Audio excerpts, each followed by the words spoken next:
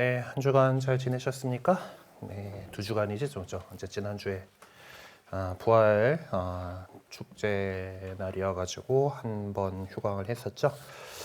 네, 이제 지난번에 이어서 이제 그 예수님 탄생 이야기 계속 살펴보도록 하겠습니다. 시작하면서 주님의 기도로 이 시간 시작하겠습니다. 성부와 성자와 성령의 이름으로 아멘. 하늘에 계신 우리 아버지, 아버지의 이름이 거룩히 빛나시며 아버지의 나라가 오시며 아버지의 뜻이 하늘에서와 같이 땅에서도 이루어지소서. 네, 저희에게 일용할 양식을 주시고 저희에게 잘못한 일을 저희가 용서하오니 저희 죄를 용서하시고 저희를 유혹에 빠지지 말게 하시고 에서 구하소서. 아멘. 성부와 성자와 성령의 이름으로 아멘. 네. 봅시다.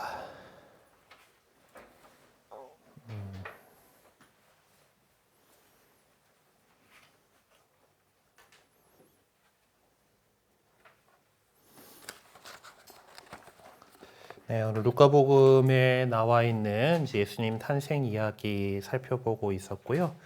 네, 그 가운데에서 우리가 그때 79쪽까지 진도를 나갔었죠. 열심히 나갔고 이제 그래서 그 이제 요소들을 이제 살펴보고 있는 중이었습니다. 그래서 처음에 이제 이 루카복음을 갖다가 이제 각 인물별로 이제 살펴볼 때 이제 처음 시작하는 그 부분의 주인공은 스가랴 이야기가 중심이 되어서 이제 요한이 이 세상에 태어날 것을 이제 이야기를 했었고, 그 다음은 엘리사벳으로 중심으로 해서 이야기가 전개됩니다. 네, 1장 24절에서부터 58절의 이야기가 여기 해당하는 부분인데요. 일단 요한의 잉태와 예수님의 탄생 예고 부분이 제일 앞자리를 차지합니다. 예수님의 탄생 예고는 이제 스가랴에게 한 예고, 그러니까 세례자 요한의 출생 예고와 비슷한 형태로 이루어지고 있습니다. 그쵸? 천사가 발현을 해서 마테오복음서 다른 이제 마테오복음서는 꿈의 환시로 천사가 이제 얘기를 하는데 루카복음에서는 나옵니다. 그냥 나와가지고 예고를 해요. 그래서 그런 거에서부터 좀 비슷한 형태로 이루어지고 있습니다. 근데 예수님 탄생 예고 이야기는 그것만을 따로 떼어서 연구하는 것보다는 루카복음서 전체적인 맥락에서 볼 때는 이 엘리사벳을 중심으로 이루어지는 이야기군의 이 그룹에 포함시켜서 살펴보는 것이 이제 루카복음사가가 루카복음사가라고 합시다. 어쨌든 그 저자가 이렇게 의도한 바에 따라서 이제 살펴보는 것에 더 가까울 거라고 우리 책은 주장을 하고 있는 거죠. 네, 1장 24절에서부터 58절까지를 하나의 단락으로 보는 이유는 어떤 문장 구성 형태에서 찾을 수 있다고 합니다. 즉 24절에 보면은 이 단락을 시작하는 구절로 그 뒤에 그의 아내 엘리사벳이 잉태하였다라는 내용으로 되어 있고, 그것이 이제 57절, 58절에서 이 전체 이 단락을 종결짓는 구절로 엘리사벳은 해산할 달이 차서라는 내용으로 되어 있습니다. 그러니까 엘리사벳이 잉태했고 엘리사벳이 해산한 달이 찼다. 이제 이렇게 하는 그것으로서 이 이야기 전체적으로 그냥 엘리사벳을 중심으로 한 이야기겠구나 이렇게 볼 수가 있겠다라고 하는 거죠. 이제 시작 구절과 끝맺음하는 구절에서 사용된 문학적 양식이 동일한 형태로 되어 있기 때문에 1장 24절부터 58절까지를 한 단락으로 볼 수가 있습니다. 이 단락 안에 여섯째 달에라고 이제 라는 시간적인 표현이 있죠. 이제 엘리사벳이 잉태한 기간을 지칭하는 것이겠습니다. 그거 더불어서 예수님의 탄생 예고에 관한 에피소드가 소개되고 있습니다. 그래서 이제 그렇기 때문에 우리는 예수님의 탄생이라는 이 새로운 역사가 엘리사벳과 무슨 관계가 있는지를 묻지 않을 수가 없는 거죠. 자, 근데 엘리사벳이라고 하는 이 히브리식 이름이 나의 하느님은 언약이시다라는 의미를 지니고 있는 것을 보아서도 그렇대요. 저도 히브리어를 잘하는 것이 아니라서 아마 엘이 하느님일 거고 이사벳 뭐 뒤쪽에 이 부분들이 뭐 언약과 관련되는 그런 내용이겠지요. 네. 등 그런 뜻이라고 하니까 이제 예수님의 탄생이라는 새로운 역사는 또 분명히 엘리사벳의 역사라고도 말할 수가 있을 것입니다. 그래서 우리는 엘리사벳과 더불어 하느님께서 이스라엘과 맺으신 계약 한가운데로 들어가고 있는 거예요. 다시 말해서 우리는 하느님께서 당신 백성과 맺으신 계약이 성취되는 순간을 보게 될 것입니다. 엘리사벳은 이제 스가랴가 나오고 난 다음에 숨어 지냈다라고 표현하죠. 5개월 동안 하나님께서 자기의 베풀어 주신 엄청난 선물과 이스라엘의 궁극적 해방에 관해서 그 숨어서 지내는 동안에 깊이 묵상했을 것이다라고 예상을 해볼 수가 있어요. 요셉을 낳은 라헬과 골리앗을 이긴 다윗이나 유베유의 시온처럼 엘리사벳은 자신이 겪어왔던 수모와 수치의 고통스러웠던 순간이 이제 끝났음을 깨닫게 되었지만 하나님께서 자기에게 하신 그 언약이 완전하게 실현되는 그날까지는 자기 비밀을 간직하고 살아야만 했던 것입니다. 그래서 그 숨어 지내는 시간들을 그렇게 바라볼 수가 있습니다. 언약이 성취되는 것은 온전히 은총에 속하는 것입니다. 마태복음서 저자는 하나님께서 지난날 하신 언약과 그 언약이 구현 중에 있는 현재 상태 사이의 어떤 조화로운 그 상태를 강조했지만은 루카복음서 저자는 하나님께서 성령을 통하여 예수님을 잉태케 하심으로써 놀라운 역사를 이루시고 계시다라는 것을 인식하게 하는 것에만 관심에 초점을 맞추고 있어요. 그래서 예수님 탄생에 예고하고 방문하는 것은 스가랴에게 한 첫 번째 예고가 어떤 인상적일 만큼 대조적인 그런 모습을 보여주고 있습니다. 스가랴에게 한 첫 번째 예고는 스가랴의 어떤 사제 직분과 그리고 그 장소 자체가 그 성전 깊숙한 곳의 성소이죠. 그러니까 그 주님의 성소 안에서 그가 수행한 직분에 백성들의 관심이 모아져 있었다. 백성들이 밖에서 계속 기도하고 있었다라고 하셨잖아요. 그렇게 그런 것으로 이제 그 이야기가 이렇게 전개가 되는데 그에 반해서 마리아는 아무도 관심을 두고 있지 않았던 상황이죠. 스가랴는 그 해에 그 사제 직무를 수행하기 위해서 성전 안에 들어가서 분향하는 차례가 돼서 들어갔고 이렇게 사람들의 어떤 관심을 받고 있던 그런 존재에게 천사가 나와서 그런 어떤 탄생의 예고를 하게 되는 반면에 마리아는 그냥 나자렛이라고 하는 나자렛에서 뭐 별 볼 게 있겠소라고 하는 그런 작은 고장에 거기다가 아무도 아니죠. 그냥 요셉이라는 목수하고 약혼한 처녀니까 그냥 그 갑돌이와 갑순입니다. 그러니까 이제 그렇게 평범하게 그지없는 모습으로 이제 기술되어 있습니다. 그러니까 뭐 동네에 그냥 아직 결혼 안 한 처녀에 하여튼 뭐 지금보다 더 일찍들 결혼을 했을 거니까 그냥 뭐 그런 그랬기 때문에 뭐 아직 뭔가 호칭이 없죠.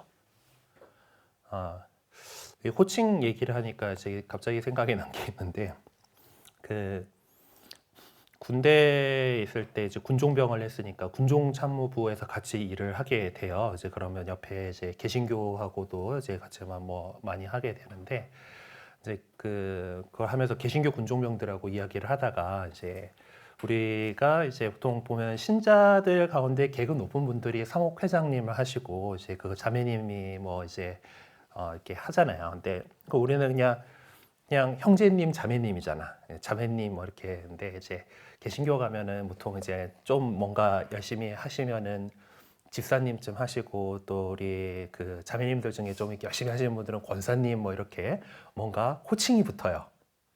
자매님은 진짜 청년들이어가지고 청년들이어서 뭐 아직 그런 직함이 없으신 분들한테는 자매님 뭐 이제 이렇게 해가지고 어떤 그런 문화 차이들을 좀 경험해 본 적이 있었는데 하여튼 그런 식의 개신교 쪽에서도 자매님이라고 불러야 되는 그냥 정말 아무 호칭이 없는 그런 존재였을 거다라는 겁니다. 하여튼 그런 젊은 여인이었던 것이죠.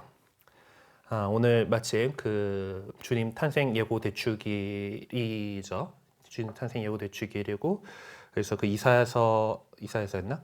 어떤 복음 말씀에서 젊은 여인이 아들을 낳을 터니 그 이를 에마누엘을 할 것이다라는 에마누엘 나왔었는데, 이제 이제 이것이 이제 마테오 복음에서 그 동정녀로 이렇게 번역한 이야기들을 아마 했었을 거예요. 그거 이제 그런 이제 젊은 여인이에 대해서 이제 동정녀 논란이 있었던 거가, 아니 젊은 여인이 애 낳는 거가 무슨 표징이야 인 거잖아요. 사실 다들 젊어서 결혼해가지고 애 낳을 텐데, 이게 표징이 되려면은 그래도 동정녀쯤이 이제 애를 낳아줘야 이게 표징이 될 만한 것이 아니겠는가, 이러면서 사실 이제 그 마테오 복음사가는 그 본문을 갖다가 이제 가져오면서 동정녀가 아들을 낳을 터이니라고 그리스어로는 그렇게 적었어요.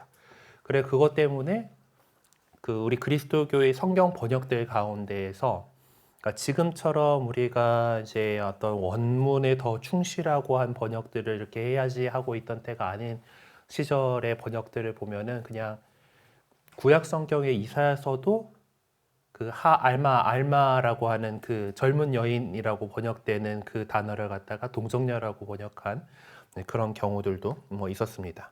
잠깐 쉬다가 다시 들어옵시다. 다시 어쨌든 젊은 여인이었어요. 말이 젊은 여인이고 동네에 그냥 저냥 있는 그냥 티네이저, 아무튼 홍기가 찼다, 어쨌든 지금으로면은 20, 30대 그렇게 돼 있지만은 그 당시는 좀 더 어렸을 테니까. 하여튼 그렇게 그런 그 마을에 있는 그런 처녀였다. 근데 다윗 가문의 정통 후손임을 내세워서 마리아와의 약혼을 파기할 수도 있었던 요셉이 그렇게까지 했을 것 같지 않지만, 어쨌든 의로운 사람이었고, 이제 여기서 의롭다라는 것은 법에 따라 잘 산다라는 얘기죠. 그렇기 때문에 그 약혼을 이제 그런 상황 속에서 파기할 수도 있었던 요셉은 이 일련에 이루어지고 있던 사건들과는 전혀 무관한 사람처럼 소개되고 있습니다. 그 대신에 루카복음서 저자는 이 마리아라는 여인이 어떤 뭔가 자질이 뛰어났다던가, 아니면은 유다인이다라던가 이런 그런 것들보다 하느님께서 지금 그녀에게 지금 풍성한 은총을 베풀어 주시기 때문에, 은총이 가득한 이기 때문에 모든 사람들의 구세주가 되실 예수님의 어머니가 되실 것임을 암시해 주고 있는 것입니다. 그냥저냥 동네의 처녀다라는 거죠. 예수님의 탄생을 예고하기 위해서 천사 가브리엘이 마리아를 방문하고 있는데, 그 천사는 세상 종말의 때를 예고하기 위해서 두 번에 걸쳐서 다니엘에게 발현한 적이 있는 천사입니다. 가브리엘 천사가 이제 다니엘서에서도 언급이 되는 이제 그 천사니까 이제 그렇게 얘기를 하는데요. 하여튼 천사가 마리아에게 건넨 첫 인사는 무척이나 당황스럽고도 놀라운 것이었습니다. 은총이 가득하시니여 기뻐하여라. 주님께서 너와 함께 계시다. 이처럼 마리아를 당황하게 하고 또 당혹스럽게 한 인사말을 통해서 은총의 말씀이신, 곧 로고스이신 예수님께서 예고되셨던 것입니다. 그 인사말은 그토록 기다리고 왔던 그날이 도래하고 있음을 전하는 기쁨과 환희의 메시지였던 것이죠. 인사말을 들은 마리아는 그 인사말을 친척 엘리사벳에게 그대로 할 것이고, 엘리사벳은 그 인사말의 의미가 무엇인지를 즉시 깨닫게 될 것입니다. 두려워하지 마라 마리아야, 너는 하느님으로부터 총애를 받았다. 보라, 이제 내가 잉태하여 아들을 낳을 터이니 그 이름을 예수라 하여라 하고 이제 천사가 얘기를 하고 있는데, 이 천사는 이사야 예언자가 예언한 임마누엘에 관계되는 그 신탁을 사용을 하고 있습니다. 그리고 태어날 어린아이의 이름이 구체적으로 명시되어 있는데, 예수가 히브리 말로는 여호수아라는 이 이름은 주님께서 구원하신다라는 의미를 갖고 있습니다.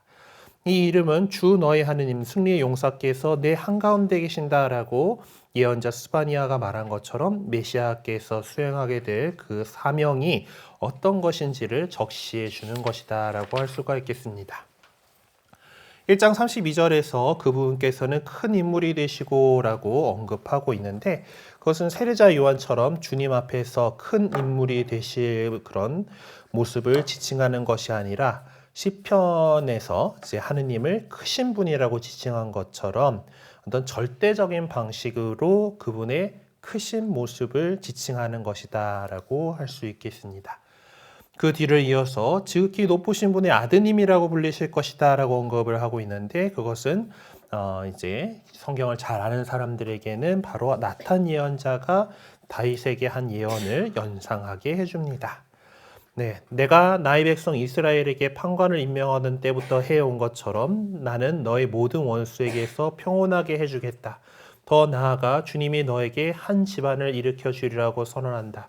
나는 그의 아버지가 되고 그는 나의 아들이 될 것이다 라고 하신 그 신탁을 떠올리게 되는 거죠. 다윗의 어자가 예수님께 주어진다면 그것은 예수님께서 어떤 다윗 집안의 자손이다라고 하는 왕가에 속해 있다라고 하는 그 사실 때문이라기보다는 높으신 분의 아드님이라고 불리하는 그분의 호칭이 말하는 그런 분이시기 때문이다라는 것을 얘기하는 거죠.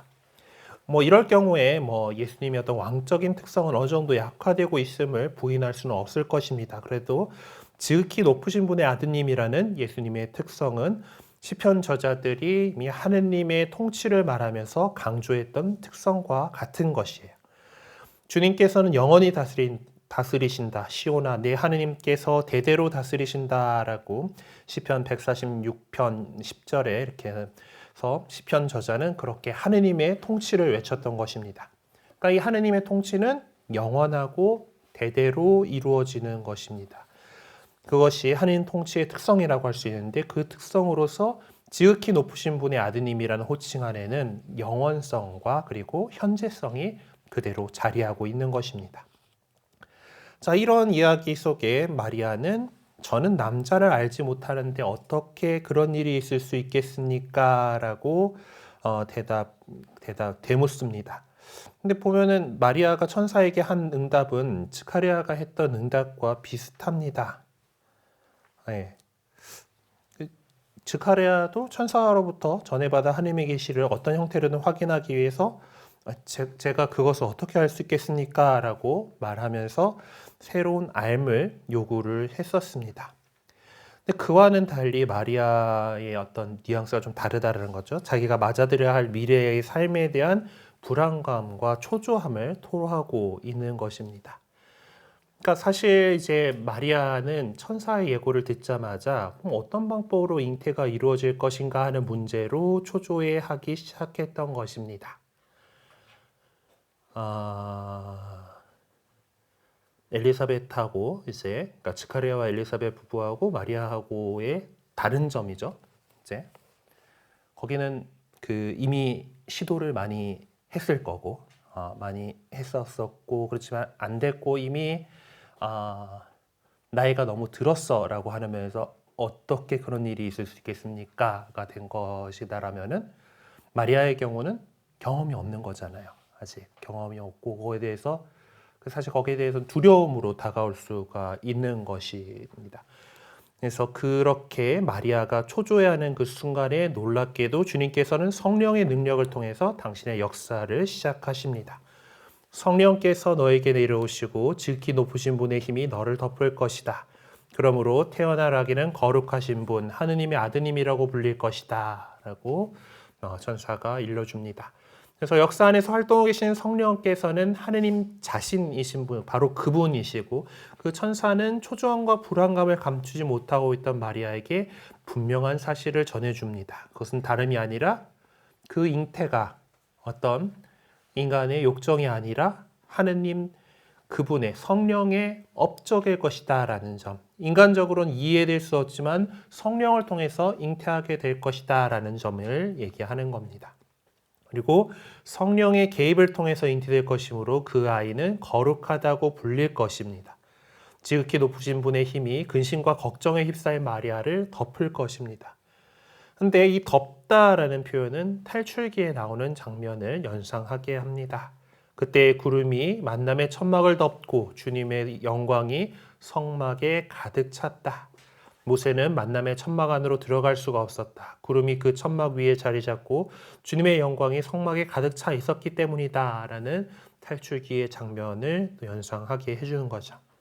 이와 같이 성령께서 마리아를 덮으실 것이다 라는 이 이미지는 만남의 천막을 덮고 있던 바로 그 하느님의 구름을 상기시켜 줍니다. 그렇게 덮어준 하느님께서 그렇게 오신다라는 것을 얘기하는 거죠. 그렇기 때문에 마리아에게서 잉태될 아이는 하느님의 영광을 드러내 줄 것이고 하느님의 아드님이라고 불릴 것이다 라는 점에서 하느님께서 이 백성들 가운데 현존하고 계실 것임을 계시해 주는 것입니다. 자, 내 친척 엘리사벳을 보아라 라고 이제 천사가 전해줍니다. 그 전까지 엘리사벳은 숨어 지냈기 때문에 요한을 베었다라고 하는 이제 그 임신했다라고 사실은 이제 비밀로 이렇게 간직되어 왔던 것입니다. 그 엘리사벳의 잉태 사실은 하느님께서 마리아 안에 펼쳐 보실 능력이 어떤 것인지를 보여줄 표징이 되고 있습니다. 그런 이유로 하느님께는 불가능한 일이 없다라는 주장이 천사의 입을 통해서 표명되고 있는 것이죠. 천사가 한 말은 주님께서 마므레 참나무들 곁에서 아브라함에게 나타나셔서 그의 아내 사라가 잉태하게 될 것임을 언약해 주신 말씀도 연상할 수 있게 해줍니다.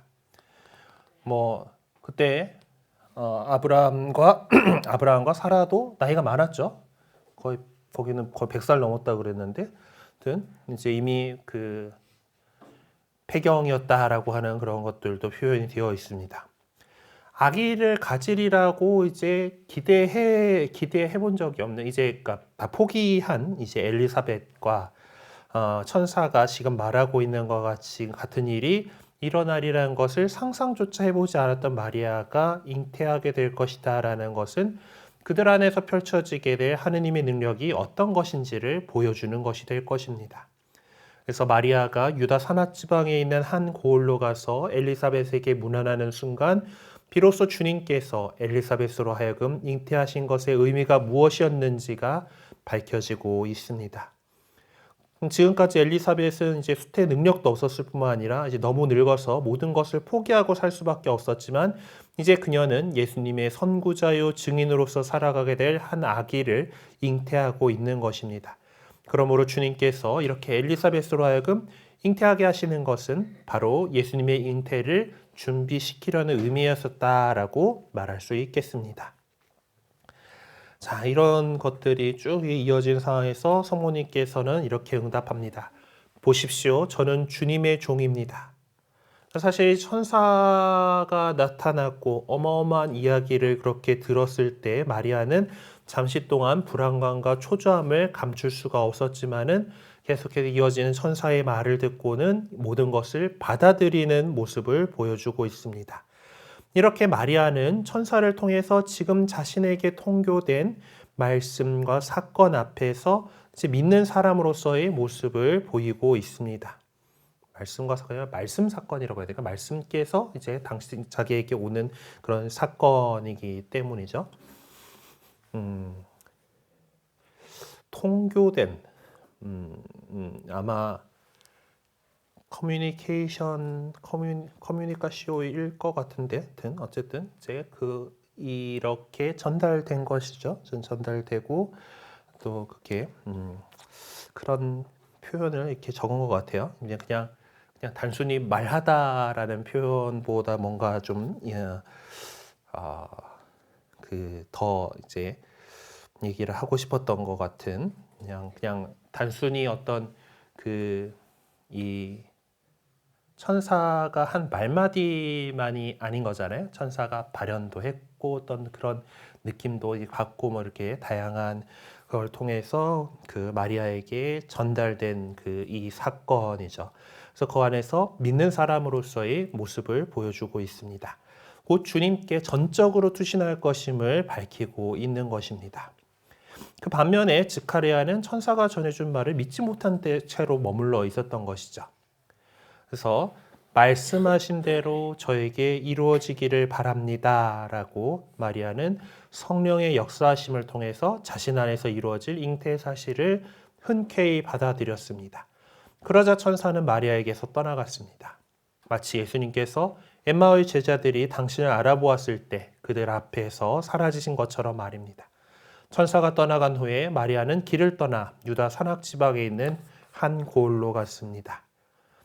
마치 엠마오의 두 제자가 주님께서 살아계심을 깨닫고 난 후 희망을 가지고 예루살렘으로 되돌아온 것처럼 그런 것들이 또 연상이 되죠. 자, 그 무렵에 마리아는 길을 떠나라고 이제 39절의 내용들을 살펴봅시다. 마리아는 엘리사벳에게 문안하기 위해서 서둘러 유다 산악 지방에 있는 한 고을로 떠났습니다. 네, 요 부분이 이제 작년 그 세계 젊은이의 날 주제였죠. 마리아는 서둘러 길을 떠나라고 하는 그래서 어떤 그 순례의 여정을 이렇게 살아가는 그런 모습들을 같이 묵상하면서 세계 청년 대회를 지냈었는데, 어쨌든 다시 또 본문으로서 그렇게 그 마리아께서 방문하신 것을 이야기로 풀어 나갔습니다. 마리아는 근데 그렇게 서둘러서 엘리사벳을 찾았습니다. 하지만은 이거를 어떻게 알려줄 것인가, 그런 생각들을 하면서 갔을 것 같아요. 천사가 자기에게 예고해준 이 엄청난 일을 엘리사벳에게 어떻게 알려줘야 될까라고 그렇게 고민하면서 그 유다 지방으로 내려갔을 겁니다. 자, 엘리사벳은 이 사건, 여기 전체적인 것을 보면 이 세 가지 사건을 통해서 마리아가 주님의 어머니라는 사실을 깨닫게 됩니다. 첫째, 마리아가 엘리사벳에게 전한 문안 인사를 통해서, 그리고 둘째로 뱃속에서 아기가 기뻐 뛰는 사실을 통해서, 그리고 성령께서 엘리사벳에게 마리아 안에서 이루어지고 있는 것이 무엇인지를 해석해 주심으로써 이 먼 친척인, 얼마나 정도 뭔지 모르겠지만 멀리서 온 친척인 마리아가 주님의 어머니시다라는 사실을 깨닫게 된 것입니다. 이를 통해서 천사가 지카리아에게 했던 말이 성취되었습니다. 요한은 어머니 태 안에서부터 성령으로 가득 찰 것이죠. 이렇게 요한은 성령으로 가득 찬 어머니 엘리사벳의 입을 통해 자기의 예언자적인 선교 사명을 이미 시작하고 있는 것입니다. 이처럼 어머니들의 만남 안에서 성령의 도우심으로 은총의 말씀이신 분, 다시 말해 태어나시게 될 예수님에 대한 상호 인식이 이루어지고 있어요. 은총의 말씀이신 분 안에서 엘리사벳은 자신보다 더 마리아를, 그리고 마리아의 아들을 자기 아들보다 더 축복할 수 있었습니다. 네, 그래서 엘리사벳은 마리아에게서 태어나게 될 아들을 처음으로 내 주님, 내 주님이라고 부르게 되었던 것이죠.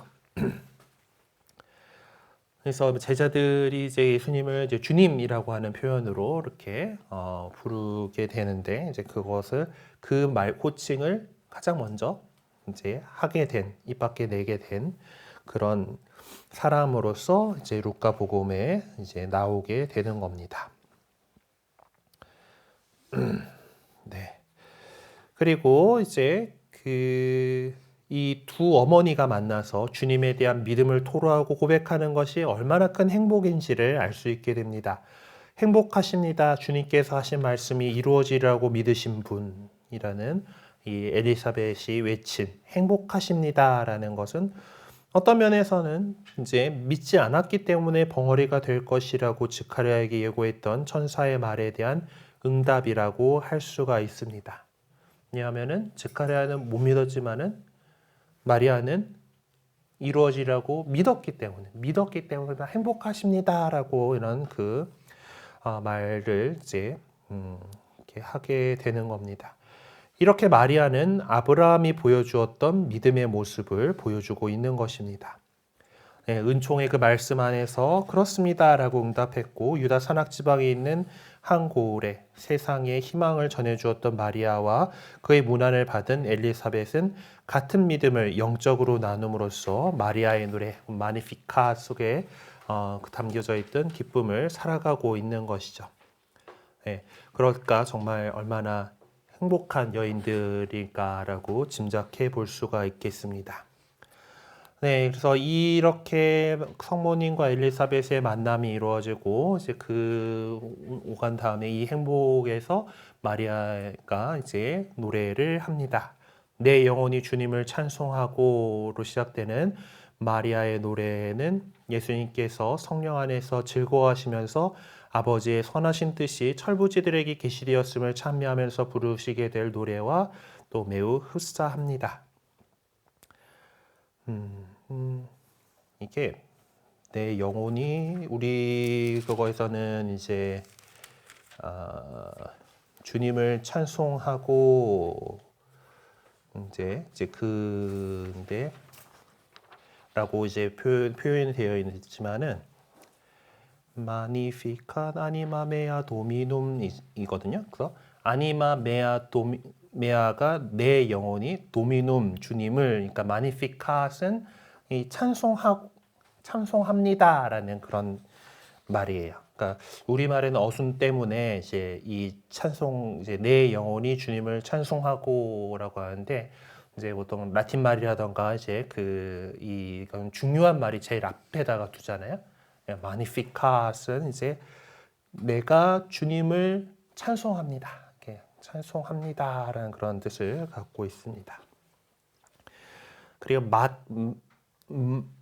MAG, 마크라고 이렇게 하는 것들은 이제 좀 더 이제 뭔가 큰 그런 것들을 표현해요.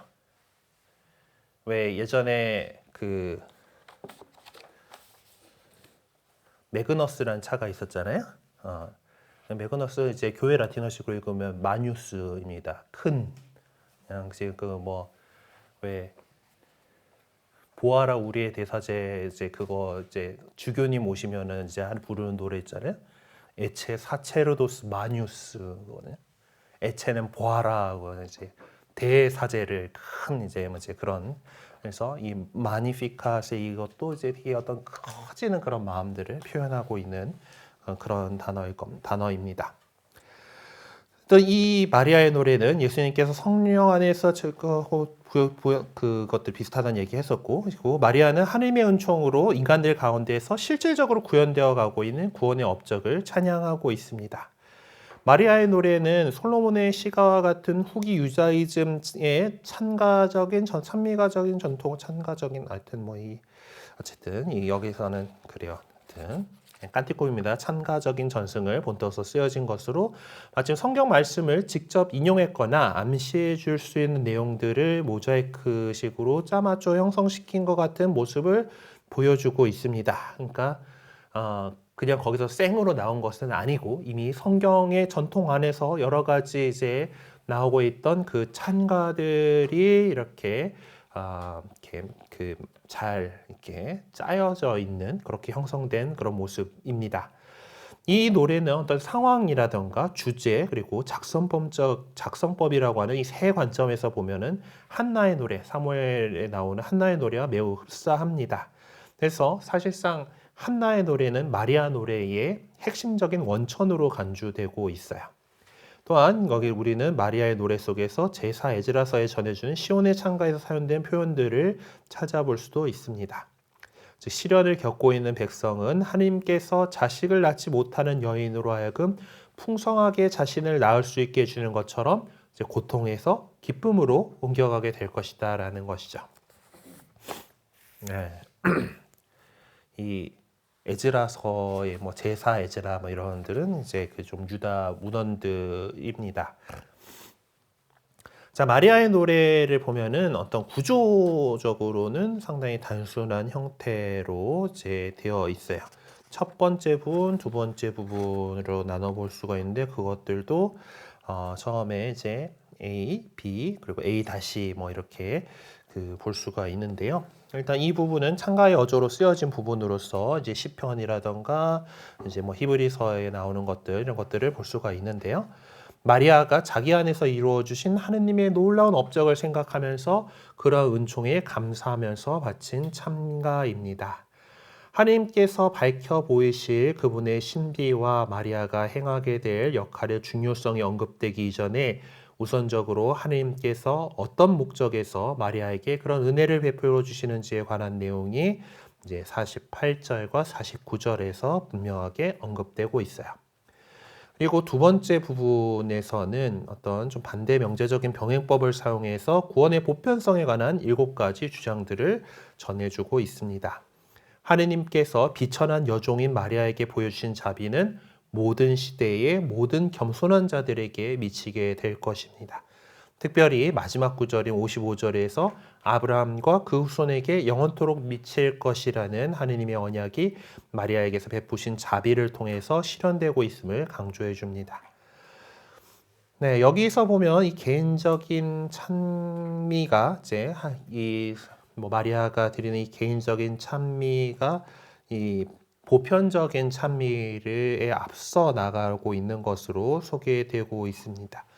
그래서 어떤 구원 경륜의 근본적인 법칙을 표현해 주는 것이기도 합니다. 즉 하느님께서는 특이하면서도 유일한 방식으로 오로지 한 여인에게 은총을 충만히 베푸시는 거예요. 그렇죠? 마리아가 경험한 것은 자기에게 그렇게 해주신 하느님입니다. 그렇지만 그것이 나만을 위한 것이 아니라 그 모든 그렇게 하심으로써 실제로는 당신의 자비하심이 모든 사람들을 위한 것이다라는 것을 드러내 보여주십니다. 사실 예수님은 역사적인 어떤 구체적인 시공간 안에 들어오심으로써 시공간의 어떤 제약을 우리 인간들과 똑같이 어떤 시간과 장소의 제약을 받게 되시지만은 예수님의 사건은 어떤 개인적인 사건이 아니라 인류 구원을 위한 보편적인 사건인 것이죠. 그래서 다시 말해서 그 사건은 역사 안에서 야기되는 모든 사건들의 의미를 부여해주는 핵심 사건인 것입니다. 그 이유는 역사를 완성하실 분이 바로 그 예수님이시기 때문입니다. 마리아가 성령으로 가득 차서 이 노래를 부른 이유가 바로 거기에 있는 것이라 할 수 있겠죠. 제자들 역시 오순절에 성령으로 가득 차 그렇게 하느님의 위엄을 찬미하게 될 것입니다. 마리아는 찬미의 노래 마지막 구절을 통해서 자기로 하여금 아들을 잉태할 수 있게 해주시는 하느님의 자비하심이 자기 위에서뿐만 아니라 모든 세대에게 영원히 미치게 될 것임을 분명하게 하고 있습니다. 마리아는 주님께서 자기의 베푸신 형언할 수 없는 축복 때문에만 찬미의 노래를 바치고 있는 것이 아니에요. 마리아는 비천한 이들을 들어 높이신 그분의 자비하심이 어떤 것인지를 체험하고 있기 때문에 그분께 또한 찬미의 노래를 바치고 있는 것입니다. 천사가 마리아에게 예고한 것은 말씀하신 대로 저에게 이루어지기를 바랍니다 라고 하는 마리아의 응답 속에서 구체화되고 있는 것이고 그것이 마리아의 노래 안에서는 이미 구현된 사건처럼 묘사되고 있습니다. 왜냐하면은 마리아의 노래 안에서 사용되고 있는 동사들은 과거 시제로 되어 있어요. 이미 이루어진 것으로 이제 그렇게 얘기를 하고 있는 거죠. 하느님께서는 당신의 권능으로 구체적인 시공간 안에서 동정녀에게 아들을 잉태하게 하시지만 그것은 세상의 구원을 위한 사건인 것입니다. 이렇게 하느님께서 역사 안에 개입하시는 사건은 모든 사람들 위해 미치는 보편적인 사건으로서의 의미를 지닙니다. 하느님의 권능을 인간의 심장부에까지 미치고 있어요. 그래서 하느님께서는 교만한 자들을 먼지처럼 흩뜨러뜨리시고 내치시지만은 당신을 두려워하는 이들에게는 은총을 베푸십니다. 하느님의 권능은 더 나아가서 정치, 경제, 사회적인 삶 속에서 미치게 되는 거죠. 그래서 권세 있는 자들을 권좌에서 끌어내리시고 부유한 이들을 빈손으로 내치시지만 비천한 이들을 들어 올리시고 굶주린 이들을 좋은 것으로 배불리십니다. 이렇게 하느님께서는 세상의 가치 체계를 근본적으로 바꾸어 놓으실 것입니다. 하느님께서 시작하실 새로운 질서가 바야흐로 모든 사람에게 미치게 될 것입니다. 하느님께서 예수님을 마리아 안에 잉태케 하심으로써 성령께서는 마지막 때를 시작할 것이죠. 그리고 새로운 역사의 이정표를 세워주실 것입니다. 이렇게 엘리사벳을 중심으로 한 이야기는 마리아가 자기 집으로 돌아갔다라는 말, 56절에 나오는 그 말로 끝나게 됩니다. 마리아는 스가랴를 중심으로 한 이야기 끝부분에서 전례적인 직분을 완수하고 집으로 돌아간 스가랴와 흡사한 모습을 보여주고 있습니다. 스가랴도 성전에서 일 끝나고 집에 돌아갔죠. 마리아도 이제 엘리사벳을 중심하는 이 이야기들의 것들을 보고서 집으로 돌아갔어요. 결론적으로 말하면 이 예고와 방문이라는 것을 통해서 드러나기 시작한 것은 잉태되신 분의 정체성입니다. 그분의 정체성은 천사가 한 말과 성령의 개입을 통해 인간 역사 안에서 분명하게 드러나고 있습니다. 예고 이야기에서 보면 예수님의 신부는 하느님께서 마리아에게 은총을 베푸셨음을 밝히면서 천사가 한 임산말을 통해서 밝혀지고 있습니다. 그분은 예언자 스바니아가 예고한 구세주 하느님이십니다. 천사는 마리아에게 성령께서 너에게 내려오시고 지극히 높으신 분의 힘이 너를 덮을 것이다 라고 말합니다. 이렇게 해서 말씀이신 예수님께서 성령의 역사하심을 통해서 잉태되실 것이에요. 그리고 그분은 하느님의 아드님이시며 거룩하신 분이라고 불릴 것입니다. 이 방문 이야기 안에서 그 모습을 드러내신 성령께서는 통교적인 방식으로 역사하십니다. 마리아는 서둘러 일어나서 천사가 인사하면서 전해준 기쁜 소식을 성령 안에서 나누기 위해서 길을 떠났습니다. 네, 우리는 예고와 방문 이야기를 통해서 예수님께서 어떤 분이신지를 깨닫게 되었습니다. 또한 우리는 예수님이 성령의 역사하심과 통교를 통해서 어떻게 마리아 안에, 즉 인간 역사의 은총 속에 뿌리를 내리고 계신지도 알게 되었습니다. 지금까지 우리가 집중적으로 살펴본 엘리사벳을 중심으로 한 이야기는 이제 어린아이의 잉태로 시작되어서 그의 탄생으로 종결되고 있습니다. 여기서 반드시 기억해야 할 것은 이 모든 사건이 주님께서 이루신 그분의 업적이다라는 사실입니다. 이야기의 중심을 차지하고 있던 엘리사벳에게도 하느님께서는 당신의 크신 자비를 베푸셨어요. 그녀는 하느님의 자비하심 안에서 아들을 낳았고 그가 세례자 요한이라는 이름을 갖게 될 그 사람입니다. 이제 그 요한이 중심으로 이제 이야기가 또 진행됩니다. 1장 59절에서 이제 80절의 이야기인데요. 요한의 이야기는 모세의 율법이 명한 대로 태어난 지 8해 되는 날에 아이에게 할례를 베푸는 것으로 시작합니다. 루카복음서 저자는 태어난 아기에게 이름을 지어주고 할례를 베푸는 일이 마치 단 한 번에 이루어진 것처럼 소개하고 있습니다. 근데 유다인 사회에서는 이름을 지어주는 것과 할례를 베푸는 것이 구분되는 두 개의 서로 다른 행위로 인식되어 왔어요. 그러니까 이름을 지어주는 일은 일반적으로 출생 때 하게 되고 할례는 출생 후 8해째 되는 날에 하게 되는데 이 할례를 받는다는 것은 어린아이가 계약 공동체에 속하게 되었음을 보여주는 것입니다. 이 할례는 뭐 두말할 여지 없이 아브라함에게 이제 하느님께서 아브라함에게 이제 아브라함을 아브라함이라고 부르게 하시고서는 이제 할례를 너와 너에 속해 있는 사람들이 남자들이 할례를 받아야 된다. 그리고 이렇게 계약을 맺으실 그렇게 것을 이제 얘기를 하셨습니다. 그래서 하나님께서 아브라함에게 아들을 갖게 해주시겠다는 언약을 전했을 때 그는 얼굴을 땅에 대고 엎드려 웃었고 그의 아내 사라도 마찬가지로 웃었습니다. 그럴 리가 없어 라고 생각을 했던 거죠. 그런데 아브라함에게는 약속대로 아들이 생겼고 또 그에게 이삭, 웃었다라는 뜻이 웃음과 관련된 그 이름이죠. 이삭이라는 이름의 뜻과 아브라함과 그의 아내가 하나님의 언약을 듣고 웃었던 것과 상관관계를 생각해 보면 묵상할 것이 적지 않습니다. 요한이 태어남으로써 하나님께서 아브라함과 맺으신 계약은 성취의 결정적인 단계로 접어들게 되었습니다. 자, 그런데 태어난 이 어린아이의 이름이 논쟁의 불씨를 제공하고 있습니다. 아이의 이름 지어주는 것은 부모가 할 일이죠. 자, 그런데 요한의 경우에는 이 이웃과 친척들이 끼어들어서 그를 아버지의 이름을 따서 스가랴라 부르려 하였다라고 이렇게 전하고 있어요. 그 당시에는 한 여인이 늙은 나이에 아기를 갖게 될 경우에 일반적으로 하나님께서 그녀를 기억하셨다라고 말하곤 했습니다. 스가랴라고 하는 이름의 남아뜻은 하느님께서 기억하셨다라는 말이기 때문에 어떤 태어난 아기의 경우에 그 이름이 정확하게 상황에 맞는 이름이 될 수 있었을 거예요. 그래요. 하느님께서 그녀를 기억하셔가지고 이렇게 아이를 갖게 해주셨으니까 사실 그런 이름을 붙여줄 만도 하죠.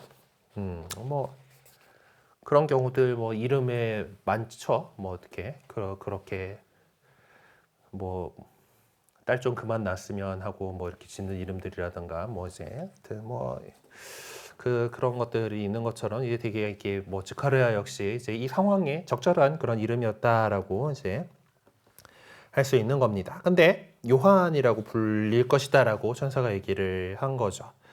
예, 루카복음서 저자는 이렇게 즈카르야 하느님께서 기억하셨다라는 이름에서 요한 하느님께서 은총을 베푸셨다라는 이름으로 넘어가는 모습을 상세하게 묘사해 줌으로써 구원 역사의 새로운 단계가 펼쳐지고 있음을 지적해 주고 있습니다. 다시 말해 하느님의 은총이 넘치도록 풍부하게 쏟아져 내리는 새로운 시대가 열리고 있는 것이죠. 요한이란 이름은 하느님께서 천사를 통해 이미 예고해 주신 이름이었습니다. 즈카리아는 천사가 전한 하느님 말씀대로 태어난 아들에게 요한이라는 이름을 붙여주었습니다. 그렇게 함으로써 이제 즈카리아는 하느님께 순종했고 그 순종을 통해서 믿음의 길로 나아가고 있음을 보여주게 돼요. 그 결과 하느님께서는 그가 벙어리가 된 것은 믿지 못했기 때문인데 이렇게 순종하고 믿음으로 나아가는 과정에서 믿었기 때문에 이제 그 혀를 풀어주셔서 그로 하여금 당신을 찬미할 수 있게 해주셨습니다. 성령으로 가득 차게 된 그는 그 어린아이가 수행하게 될 놀라운 사명을 찬양하고 있습니다. 바로 그것이 즈카리아가 노래한 베네딕투스 역시 이것도 첫 단어가 베네딕투스로 시작하기 때문에 그래요. 우리 성경에서는 여전히 이제 같은 이유로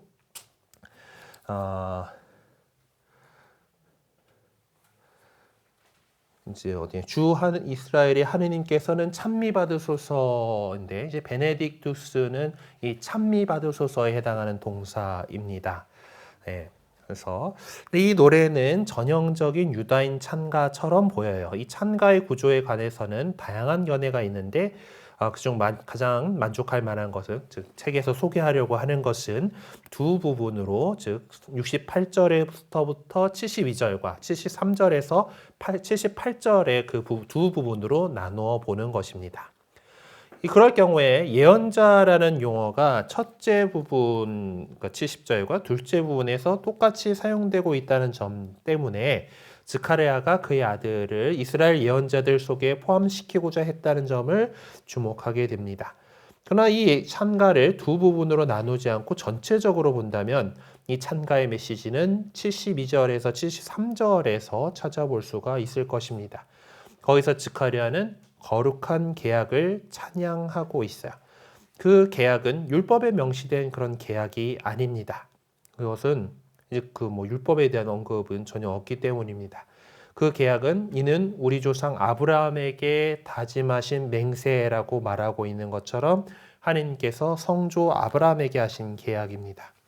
율법은 이제 모세와 그 이스라엘 백성하고 했던 계약인데 더 이전의 어떤 그런 맹세 그 계약이다라고 얘기를 하는 것이죠.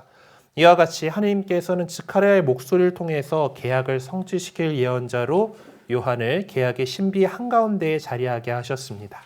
가브리엘 천사가 즈카리아에게 한 말을 통해서 이미 그 모습을 드러낸 바 있는 예언자 말라키의 예언이 여기서 완성되고 있는 것이죠.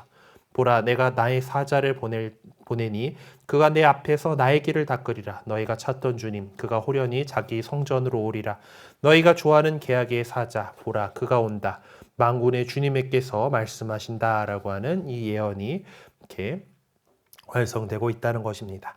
즈카리아의 노래 속에는 하느님께서 아브라함과 계약을 맺으셔서 구원 역사의 근거를 마련해 주셨다는 사실과 그러한 계약의 증언자들에 관한 내용이 강조한 내용들이 담겨져 있습니다. 우리는 거기서 루카복음서 저자의 신학적 관점이 어떤 것인지를 엿볼 수가 있습니다. 즈카리아의 노래를 문학적으로 분석해 보면 루카복음서 1장 79절은 복음서 저자가 처음의 내용을 수정해서 새롭게 만든 부분임을 알 수가 있습니다. 사실상 1장 79절은 이제 그 1장 68절과 78절에서 언급한 것처럼 하나님께서 찾아주신다는 주제를 확대 해석하고 있는 것이라고 할 수가 있습니다. 루카복음서 저자는 속량과 별이 우리를 찾아오다라는 용어로 표명된 바 있는 하나님께서 찾아주신다라는 주제와 어둠 속 죽음의 그늘에 앉아있는 이들을 비추신다는 주제를 1장 79절에 첨가했던 것이죠. 여기서 강조하고자 했던 것은 어둠 속을 걷던 백성, 곧 이방인들의 갈릴레아에서 이제 큰 빛이 나타날 것을 예고해준 이사야 예언자의 신학입니다. 이사야가 이제 말한 큰 빛의 출현은 해방자의 탄생을 의미하는 것이었어요. 마태복음서 4장 15절에서 16절에는 예수님께서 공생활 시작을 알려주면서 똑같이 그 이사야의 본문을 사용하고 있습니다. 스가랴의 노래는 메시아께서 충만하게 채워주실 구원의 실제와 평화를 상기시켜주는 이사야서 59장 8절의 내용을 이렇게 인용하면서 끝맺음하고 있어요. 스가랴의 노래는 그 전체 내용을 이스라엘과 동일시되고 있는 하느님의 백성에게 집중시키고 있습니다. 그렇지만 79절에서는 구원의 문이 모든 이에게 열려 있음을 또한 암시해 줍니다. 사도행전에서 베드로가 똑같은 주장을 하고 있죠. 나는 이제 참으로 깨달았습니다. 하나님께서는 사람을 차별하지 않으시고 어떤 민족에서건 당신을 경외하며 의로운 일을 하는 사람은 다 받아주십니다. 하나님께서 예수 그리스도 곧 만민의 주님을 통하여 평화의 복음을 전하시면서 이스라엘 자손들에게 보내신 말씀은 여러분은 알고 있습니다. 라고 이제 사도행전에서 이야기를 하고 있는데, 이제 이것들이 79절에 어둠과 죽음의 그늘에 앉아있는 이들을 비추시고 우리의 발을 평화의 길로 이끌어 주실 것이다 라고 하는 그 내용으로서 이제 이것이 연결된다라고 주장하는 겁니다. 자, 그런데 그러한 하느님의 신비가 지금으로서는 감추어져 있습니다. 그러므로 우리는 예수님만의 현존하는 구원이 다른 민족들에게는 계시에 비치면서 동시에 하느님 백성 이스라엘에게는 영광을 드러내는 빛으로 분명히 확인될 때까지, 요거는 이 시메온의 노래에 나오는 표현이죠. 그렇게 이루어질 때까지, 스가랴의 노래 안에 담겨져 있는 의미가 성취될 때까지 또 기다려야 할 것입니다. 루카복음서 1장은 이삭과 이스마엘, 삼손 그리고 사무엘과 같은 인물들의 유년기 이야기로부터 영감을 받아서 어린아이가 자라면서 정신도 굳세어지고 이스라엘 백성 앞에 나타날 때까지 광야에서 살았다라는 말로 끝나게 됩니다. 사제 스가랴는 하느님께서 천사를 통해 명하신 대로 자기 아들의 이름을 구체적으로 밝힘으로써 혀가 풀려서 말을 하기 시작했어요. 이제 스가랴는 지극히 높으신 분의 예언자가 될 자기 아들에게 자리를 양보하게 될 것입니다. 그와 같은 방식으로 계약을 성취하게 될 예언자 요한 역시 세상에 나타나게 될 하느님의 구원 앞에서 자취를 감추게 될 것입니다. 그는 하느님의 구원을 알리는 선구자이기 때문에 불과하기 때문이죠. 끝으로 요한을 중심으로 한 이야기 안에 거명된 사람들의 이름이 그 이름들이 어떤 의미를 가지고 있는지를 살펴보면 좋겠습니다. 스가랴는 하느님께서 기억해 주시다라는 뜻이고, 엘리사벳은 나의 하느님은 언약이시다라는 뜻을 갖고 있고, 요한은 하느님께서 은총을 베풀어 주시다라는 그런 뜻입니다. 이렇게 이름들이 지니고 있는 의미들을 생각해 보면은 은총의 말씀이신 예수님께서 얼마나 유다인적인 환경과 뿌리 속에 깊이 자리매김되어 있었는지를 알 수가 있어요. 우리는 지금까지 스가랴, 엘리사벳, 요한 이렇게 세 사람을 중심으로 한 이야기를 상세하게 살펴보았습니다. 그리고 이 세 사람을 중심으로 한 이야기들은 하나님께서 언약해 주신 것의 실체가 아직은 뚜렷하게 드러나지 않고 있는 광야에서, 요한이 이제 커가지고 광야에서 살았다라고 그곳에서 종결되고 있습니다. 그럼에도 불구하고 하느님의 언약은 성령을 통해서 그 어떤 때보다도 분명한 형태로 이스라엘 역사 안에 현존하고 있습니다. 이제 예수님 이야기로 넘어가게 되죠. 구세주이신 그 어린아이에 대한 이야기입니다. 그 무렵 아우구스토 황제에서 칙령이 내려 온 세상이 호적 등록을 하게 되었다라는 2장 1절의 표현은 예수님 사건이 한 단계 진전되었음을 보여주는 것입니다. 루카복음서 1장 5절에서 80절에서 확인해 볼 수 있듯이 이스라엘은 구체적인 역사 안에서 구원자이신 예수님의 탄생을 기다려왔습니다. 급기야 예수님께서는 로마 제국이 통치하던 때에 로마 황제의 명에 따라서 호적 등록을 해야 했던 모든 사람의 구원자로 마리아에게서 탄생하셨습니다. 예수님은 주님이신 그리스도이십니다. 다시 말해 그분은 우주와 역사의 주인이시죠. 그분의 정체성을 그렇게 깨달은 사람들은 목동들과 또 성전에 머물러 있던 시메온과 한나였습니다. 그들은 모든 민족들 앞에서 탄생하신 구원자 예수님을 출중하게 증언하게 될 증인들이었어요. 그들은 또 새롭고도 결정적인 방식으로 이스라엘이 취해야 할 예표가 되는 자들이었습니다.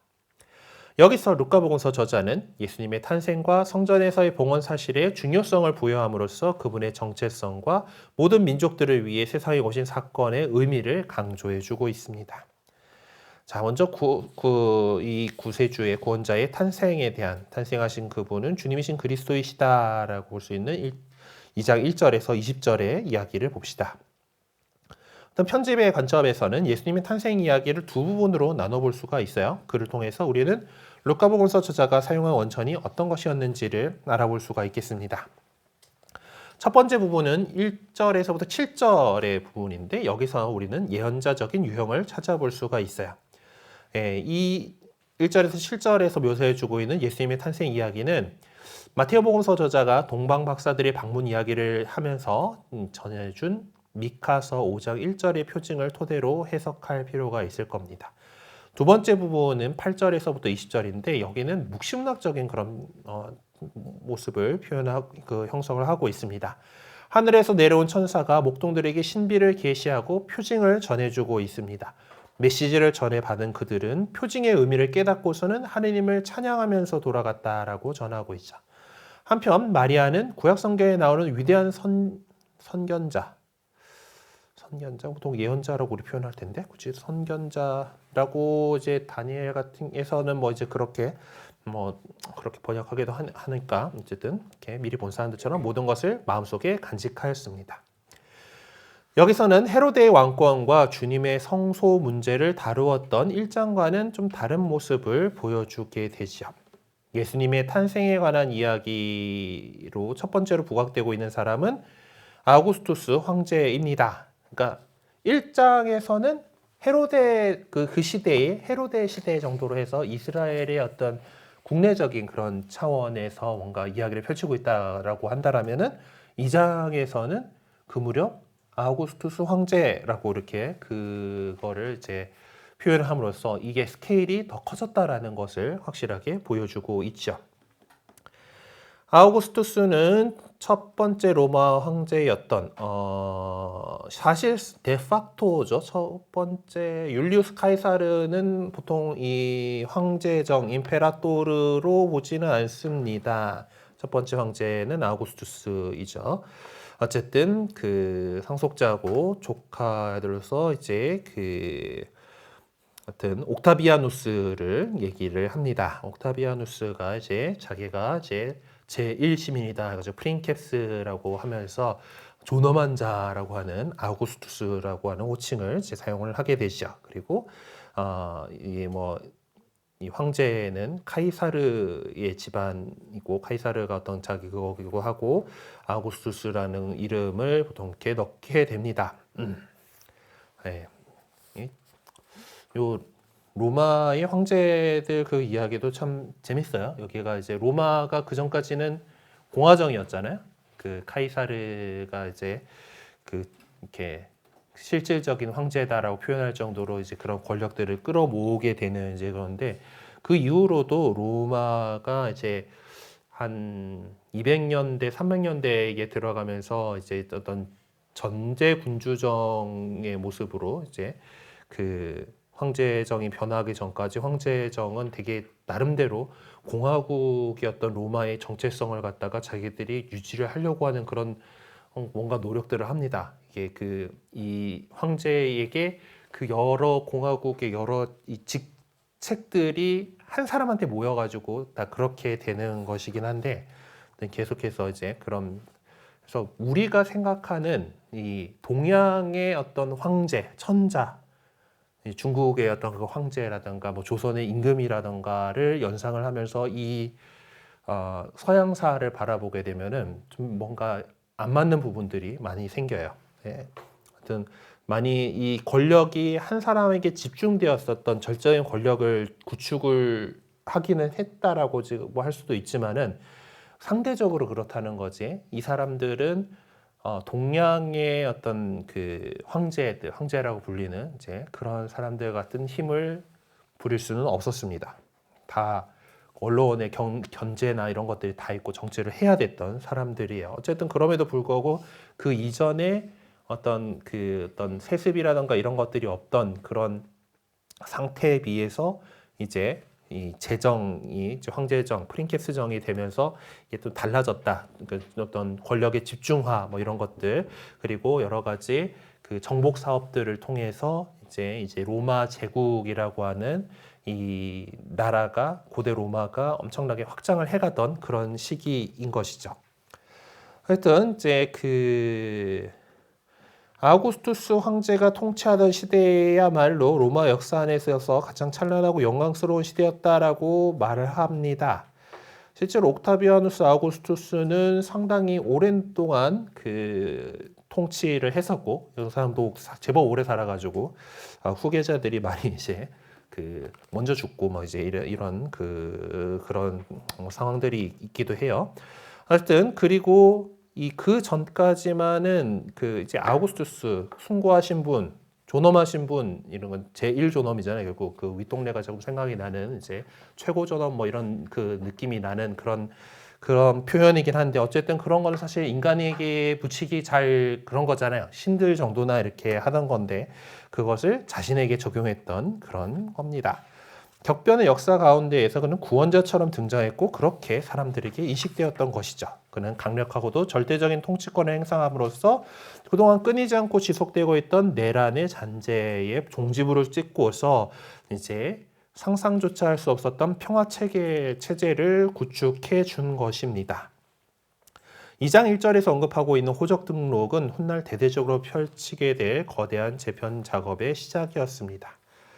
원래 다 이런 호적 등록, 뭐 인구조사, 지금도 이제 이때 사용했던 것과 같은 단어인 센서스라고 하는 단어를 이제 사용을 하게 되는데요. 이것은 이제 어쨌든 나라의 살림살이를 재정을 정비하기 위해서 꼭 해야 되는 작업입니다. 인구가 얼마나 되는지, 뭐 어떤 상황들이 있는지 그런 것들을 조사를 하고 어디서 뭐가 나고 뭐 이런 것들을 알아야지 뭐 이제 이 세금을 어떻게 매길 거고 뭐 이제 어떻게 걷어가서 어떻게 쓸 것이다 뭐 이런 것들을 이제 다 할 거기 때문에 그리고 또한 역시 어디에 인구가 어떤 사람들이 있고 이 사람들의 성향이 어떤 것이고 이런 것들을 알아야지 군대를 편성할 때도 이제 중요한 역할을 하죠.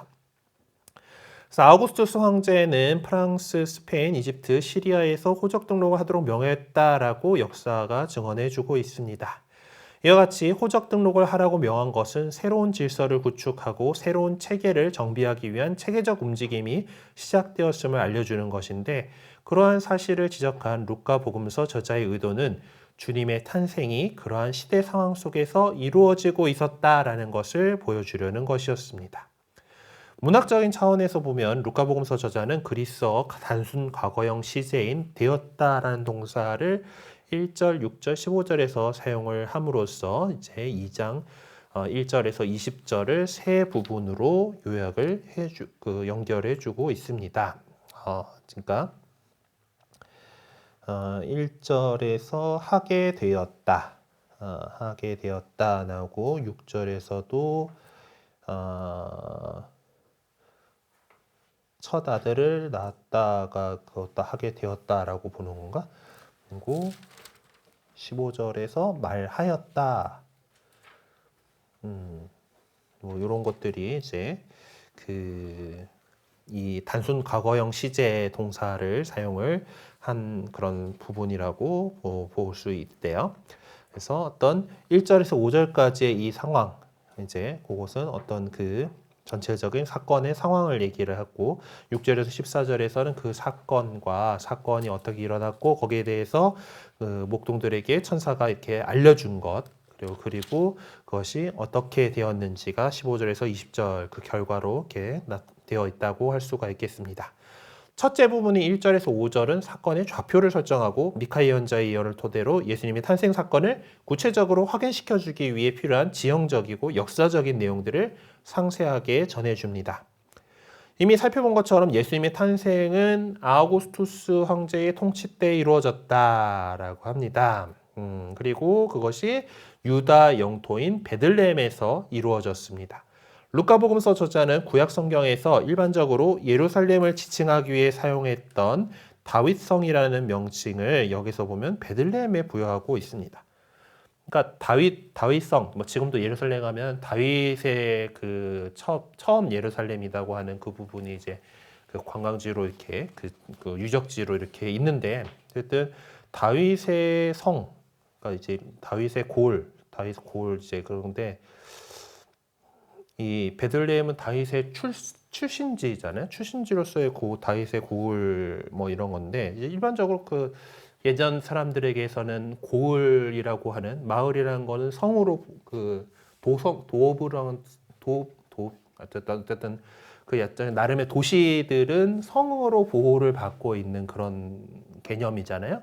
그래서 다윗의 성이라고 하면은 그거 역시 그냥 단순히 성체만을 의미하는 것이 아니라 그 안에 있는 도시 자체를 얘기를 하는 건데, 일반적으로 다윗의 성이다라고 하면 예루살렘을 가리키는 말이었는데, 루카복음서 저자는 이것을 다윗의 고을이라고 하는 베들레헴에다가 좀 적용을 하고 있습니다. 이 5구절은 놀라울 정도로 대조적인 모습을 연출하고 있어요.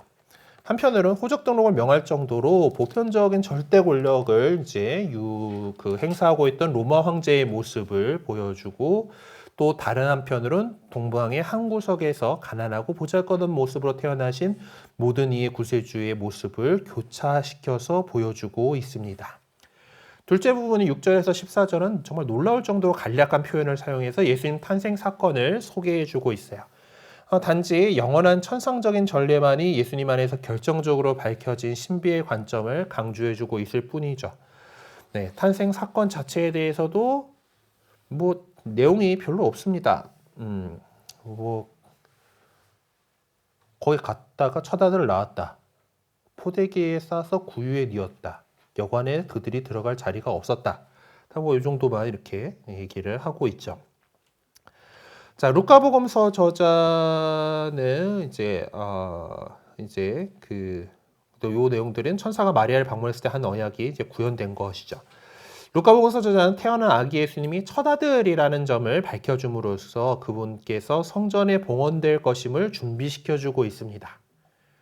무엇든지 이제 태를 열고 처음 나온 것에 대해서는 파스카 때 원래 죽었어야 될 것들에 대해서 이제 하느님 거다라고 이렇게 했으니까 거기에 대해서 뭔가 예물을 바쳐야 됐던 이제 그게 율법에 있죠. 이제 그것들을 성전에 봉헌될 것을 준비시켜 주는 것이 첫 아들이다라고 하는 표현을 통해서 이렇게 하고 있습니다.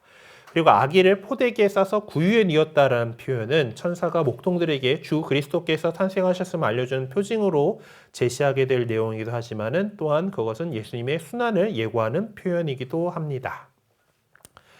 네, 구유는 마소의 밥그릇이죠. 네, 먹을 거를 이렇게 주는 것이고, 역시 이것이 또한 우리에게 있어서 그러니까 구유 안에 이제 밥그릇 안에 모셔진 이 아기의 모습은 역시 우리에게 성체성사로서 우리의 양식이 되실 그분의 모습을 또한 이렇게 표현해주고 있는 것이죠. 네, 그래서 예수님의 탄생에 대한 그 이야기가 분명히 묵시적인 모습을 하고 있는 것을 보여주는 것은 9절의 이제 그 표현입니다. 그런데 주님의 천사가 다가오고 주님의 영광이 그 목자들의 둘레를 비추었다. 그들은 몹시 두려워하였다라고 하는 거죠. 루카복음서 저자는 자기가 즐겨 쓰는 표현인 다가가다라는 용어를 사용하면서 한 천사가 등장하고 있는 모습을 소개해 줍니다. 그 천사는 목동들에게 온 백성에게 큰 기쁨이 될 소식과 어린아이를 인식할 수 있게 해주는 표징을 제시해 주게 됩니다. 그러한 예고의 첫 번째 수혜자는 온 백성이며 그렇게 하느님의 자애하심이 모든 인간에게 미치게 됩니다. 천사가 전해준 메시지 한가운데에서 고유한 의미에서 메시아적인 선포가 자리하고 있습니다. 그것은 오늘 너희를 위하여 다윗 고을에서 구원자가 태어나셨으니 주 그리스도이시다라는 이 표현입니다. 그래서 루카복음서 저자는 구원의 현재성, 오늘이라고 하는 구원의 현재성을 강조하고 있습니다. 여기서 천사는 예수님께 구원자라는 호칭을 소텔, 구원자라는 호칭을 처음으로 부여합니다. 이방인 세계에서 이미 오래전부터 어떤 사람을 구원자라고 칭할 때 그를 신과 동일한 위치에 있는 존재로 인정하는 것을 의미해 왔습니다. 하지만 이스라엘 백성은 오로지 하느님에게만 그 호칭을 부여할 수 있다라고 여겨왔어요. 그런데 사도행전에서는 그 호칭을 예수님께 적용하면서 그분께서 하느님 오른쪽에 들어 올려져 주님이 되셔서 약속된 성령을 아버지에게서 받으신 다음 그 성령을 보내주셨기에 우리의 구원자가 되실 분이다라고 설명하고 있습니다. 사도행전 4장 9절에서 12절에서는 누구든지 그분의 이름을 부르는 자는 구원을 받는다라고 말하고 있죠. 현재로서는 여기 모든 것이 예수님의 기원에 대한 신비 속에 감추어져 있습니다.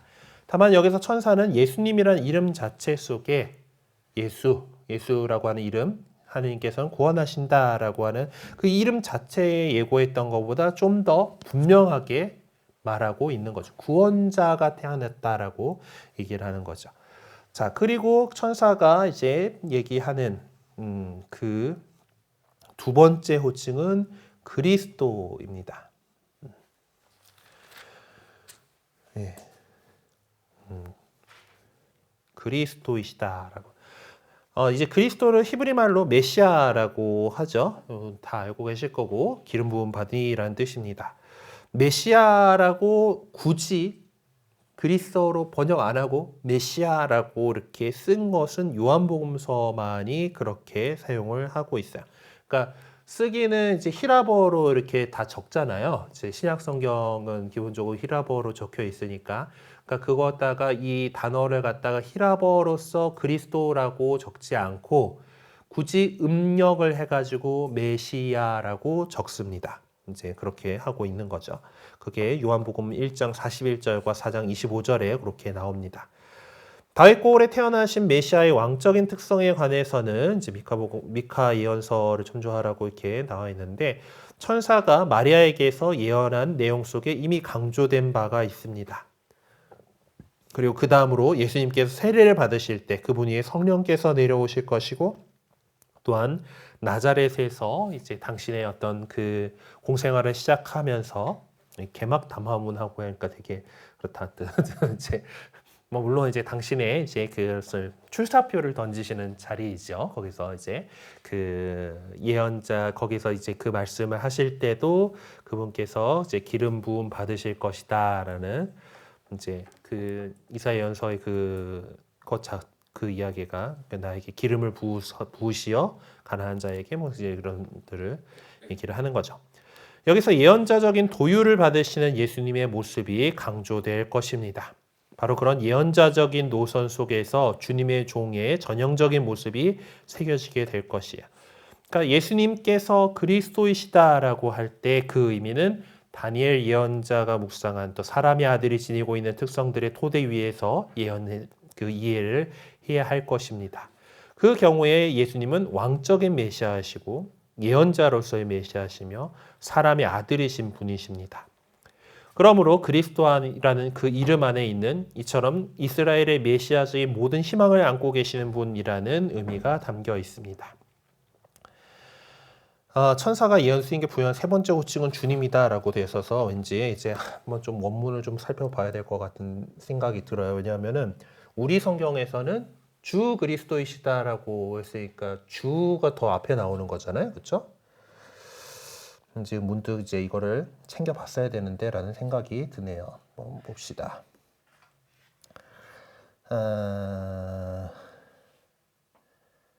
성경을 그리스말 성경을 요한복음 말고 루카복음 주 그리스도이시다를 2장 11절에서 얘기를 했어요. 11절. 그러네. 여기 그 히브리 말에서는 크리스토스 퀴리오스라고 표현을 해요. 그러니까 그리스도를 먼저 쓰고 퀴리오스라고 하는 주님이라는 말을 갖다가 뒤에서 이제 그 표현을 하고 있습니다. 네, 그러니까 직역을 하자면은 이제 여기 이제 우리 그거는 이제 태어나셨으니 주 그리스도이시다라고 우리는 이제 번역을 해놨습니다만은 그리스도 주님이시다라고 이렇게 했다라고 이제 볼 수가 그렇게 보면 되겠죠. 그래서 그래서 책에서 우리 성경에는 왜 주님이 먼저 나오는데 왜 이게 세 번째 호칭이냐라고 하면은 이제 그 히라버 이제 그쪽에라든가 이제 원래 그쪽에는 주님이 더 뒤에 나온다. 예, 그리고 이 70인역 성경이 이제 히라버로 이제 성경 히브리어 성경을 번역을 한 그 70인역 역본에서 이 주님이라고 하는 용어는 하느님을 지칭하는 야훼를 안 읽었죠. 이제 야훼라고 이제 하느님을 지칭하는 신명 4문자라고 하는 요거를 갖다가 이스라엘 사람들은 감히 하느님의 이름을 어떻게 입에 담아라고 하면서 이제 여기를 이 단어가 나오면은 직접 이 단어를 읽지 않고 주님이라는 뜻의 아도나이라고 이렇게 불렀었고 이제 그걸 갖다가 이 72년 성경이 이제 번역을 하면서 그 자리를 주님이라고 하는 퀴리오스라고 하는 단어로서 이렇게 적었던 거예요. 그래서 루카복음서 저자만이 유일하게 이 그리스도와 주님을 직접적으로 연계시키고 있습니다. 천사는 그리스도를 주님이라고 부르면서 그리스도가 주님이라고 불리고 있다는 점에서 하느님과 내적인 친밀성을 유지하며 사신다라는 점을 확인시켜주고 있어요. 예수님은 그리스도로서 하느님의 보편적인 주님성에 이미 참여하고 계시는 것입니다. 수많은 하늘의 군대가 부른 찬양 노래는 하느님께서 당신의 이름을 거룩하게 하셨고 하느님의 자애하심이 인간들에게 표명되었다는 사실을 선포하고 있어요. 그래서 이것이 메시아적인 선포가 되는 것이죠. 세 번째 부분인 15절에서 20절은 예수님을 알아본 공동체의 모습을 묘사해 줍니다. 세례자 요한의 출생은 부모들과 유다 산골의 이웃들에게 기쁨을 안겨주었죠. 목동들은 베들레헴으로 가서 천사가 말한 표징의 실제를 발견했습니다. 그들이 가가지고 천사의 말씀으로 가보니까 거기 가서 마리아와 요셉과 구유에 누운 아기를 찾아냈다라고 이렇게 얘기를 하고 있죠. 그 순간이야말로 기쁜 소식을 나눈 감격의 첫 순간이었으며 예수님을 알아본 첫 번째 출발점이었고 하느님께 감사드린 첫 번째 찬양의 시간이었던 것입니다. 목동들이 한 말을 들은 사람들은 놀라움을 금치 못했습니다. 한편 마리아는 모든 것을 마음속에 새겨서 곰곰이 되새겼습니다. 마음속에 간직한다는 표현은 다니엘 예언자의 계시들을 연상시켜 주는데 4장 28절에서는 그런 표현을 저는 못 찾겠고 7장 28절에는 있어요. 어쨌든 하느님의 말씀은 하지만은 늘 간직되어야 하는 것이죠. 네. 지금까지 우리는 세 부분으로 분류될 수 있는 2장 1절에서 20절을 살펴보았습니다. 이제 루카복음서 저자가 이 부분을 이제 전해주면서 말하고자 했던 것은 무엇이었는지를 좀 정리해 봅시다. 예수님께서는 로마 황제가 통치하던 시대의 역사 안으로 들어오셨습니다. 네. 어떤 시대 이런 것들을 이야기를 하죠. 이제 바티칸에서 하는 이제 성탄 밤미사를 보게 되면은 우리처럼 구유 축복식을 되게 거창하게는 안 해요. 뭐 구유 경배 이런 것들을 안 하는데 그 앞에 보면은 구유를 제막하기 전에 이제 로마 순교자록에서 하는 이제 성탄 선포라는 게 있거든요. 그래서 되게 선창자가 아주 멋지게 이런 식의 12월 25일 음력 그해 음력 날짜하고 현재 날 한참 하느님께서 하늘과 땅을 창조하시고 하면서 또 이제 창조 때부터 해가지고 홍수가 있었는지 몇 년째고 아브라함이 떠난 지 이제 몇 년째고 다윗 임금이 이제 했고 언제 했고 이제 올림픽이 열린 지 얼마나 됐고 로마 황제 이제 옥타비아누스 아우구스투가 이제 통치 몇 년이고, 그러니까 로마 건국 몇 년이고, 통치 몇 년이고, 쫙쫙쫙쫙 이렇게 그 역사적인 그 순간들을 막 이렇게 부르면서 그것에서 우리 주 예수님께서는 육으로는 이렇게 탄생하셨다라고 이렇게 장엄하게 선포하는 것이 있습니다. 그러니까 지금 루카복음서보다 더 자세하게 얘기를 해요. 네. 이게 제목이 이제 달력이에요. 그 노래 제목이 카렌다라고 부르는데, 카렌다 뭐지? 캘린더하고 이제 유튜브에 찾아보시면은 그러면 너무 이것저것 나오겠다. 이제 바티칸 캘린더하고 이렇게 찾아보시면은 이제 그런 이 부활 선포가, 그러니까 성탄 선포라고 할 수 있는 그런 게 있습니다. 그러니까 그렇게 역사 안에 이 순간에 예수님께서 태어나셨어라고 하는 그거를 되게 강조를 하고 싶은 거죠. 뭐 사도신경에 본시오 빌라도 통치 아래서라는 말이 나오는 것과 같은 맥락입니다. 정말 그 역사적인 그 순간에 예수님께서 우리의 그 시대 안에 들어오셨다. 그래서 3절에서 모든 사람이 등록하기 위해서 자기 본향으로 돌아갔다고 전해주고, 루카복음서 저자는 이렇게 역사적인 사실을 지적해주는 것으로 그치지 않고 그것을 통해 아버지께로 나아가는 길을 열어주시는 유일한 분이 예수님이심을 지적해주고자 합니다. 천사가 제시해준 표지는 무척이나 역설적인 형태로 되어 있는데 그것은 우리를 신비의 본질 속으로 들어가게 해줍니다. 천사가 알려준 예수님 탄생에 관한 내용들을 보면 마리아의 처자들에게 신적이고 왕적인 호칭들을 부여하고 있음을 알 수 있습니다. 구체적으로 보면 구원자이신 예수님은 하느님의 자애하심이 각 사람에게 미치게 된다는 것을 생생하게 계시해 주시는 분이십니다. 또한 그리스도이신 예수님은 죄와 죽음으로부터 승리하신 분으로 세상에 희망을 주시는 분이십니다. 우주와 역사의 주님이신 예수님은 해방을 가져주신 성령을 우리에게 나누어 주시며 우리와 함께 역사의 여정을 행하시는 분이십니다. 예수님께서는 겉으로 보기에 엄청나고 대단한 것으로 보여진 당신의 그러한 모습을 오히려 당신의 가난함과 인간적인 연약함을 통해서, 영안방에 들어갈 그런 것도 없었고 정말 신생아라는 아기 가장 약한 연약함을 통해서 우리에게 계시해 주셨습니다. 여기에 바로 그 역설이 있는 것이죠. 끝으로 마지막 구절들, 이제 17절에서 20절의 그 내용들은 사도행전에서 묘사해 주는 믿음의 공동체를 예고해 주는 것이라고 할 수가 있겠습니다.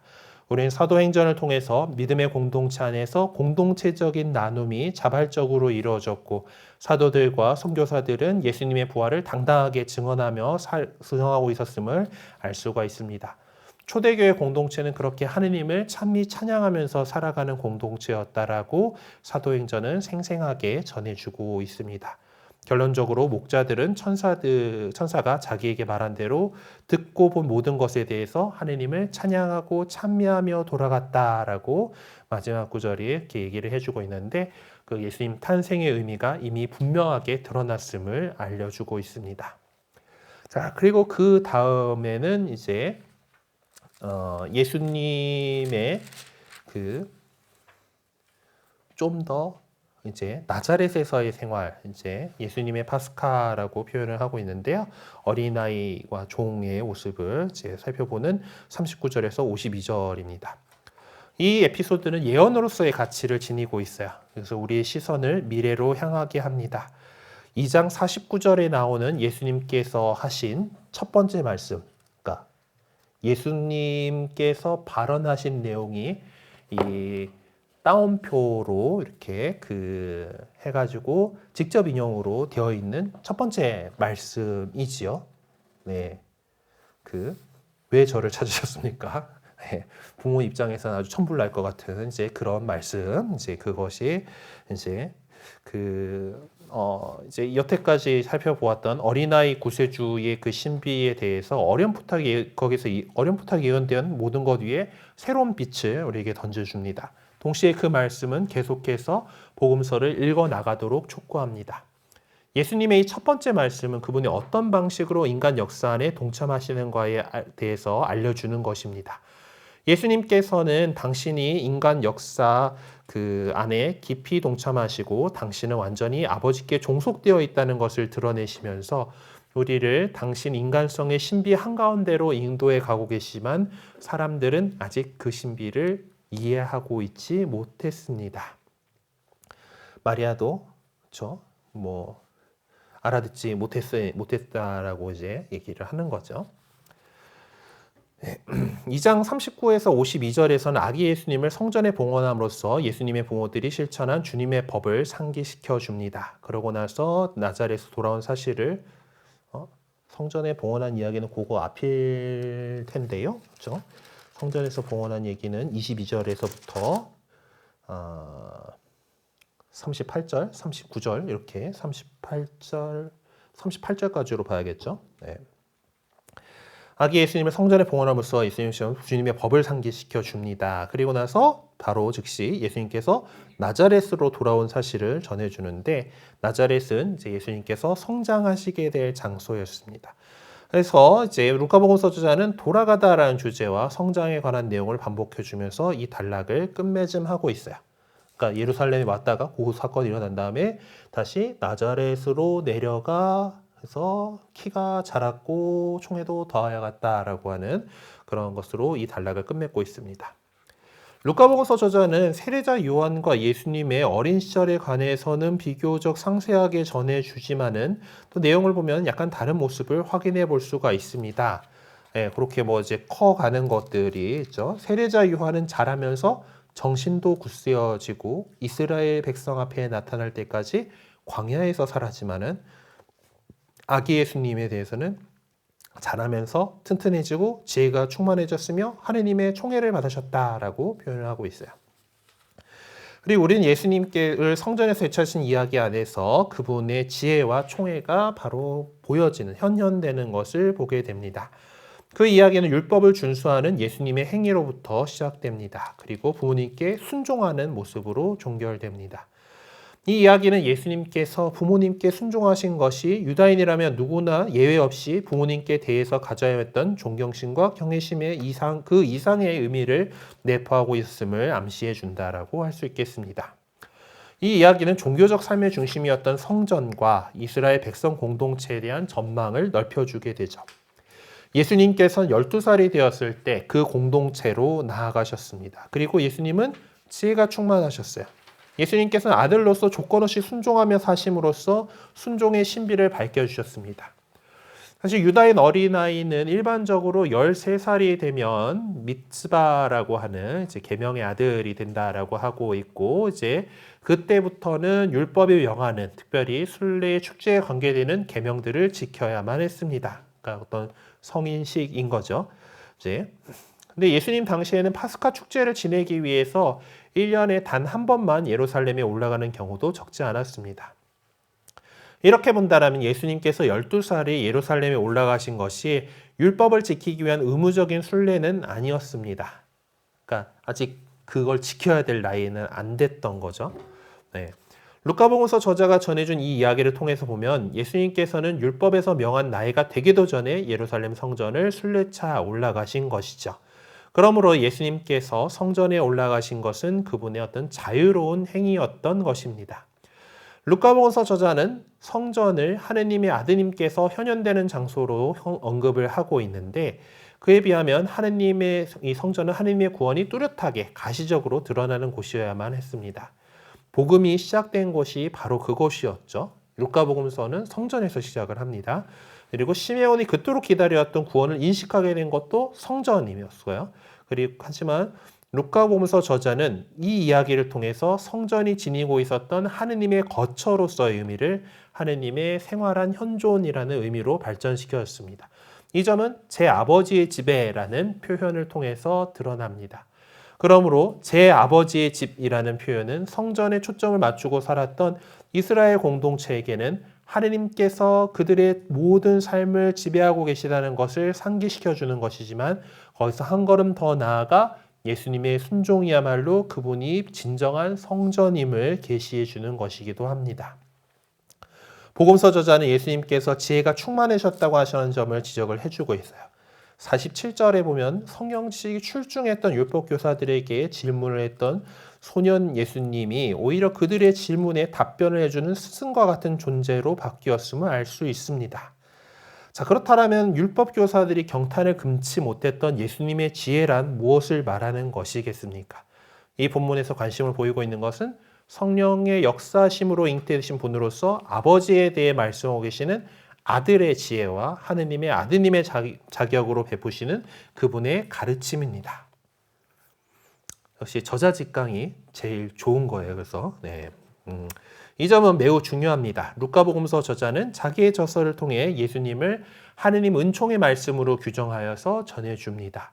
그러므로 여기서 언급한 예수님의 지혜란 아버지 하느님과 내적인 친밀성 안에 살아가는 아들의 지혜를 말합니다.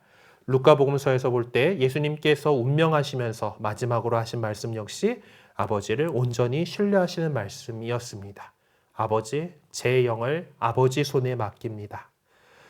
예수님께서 부활하시어 당신이 사랑하시는 사람들 곁을 떠나시기 전에 내 아버지께서 약속하신 분이라는 표현을 써서 성령을 지칭하게 됩니다. 그러니까 루카복음서 이렇게 아버지라고 하는 것을 이제 아들로서 아버지라고 하는 그래서 이야기를 많이 합니다. 예수님께서는 저는 제 아버지의 집에 있어야 하는 줄을 모르셨습니까? 라고 대답하심으로써 부모님들과 일정한 거리를 두고 계십니다.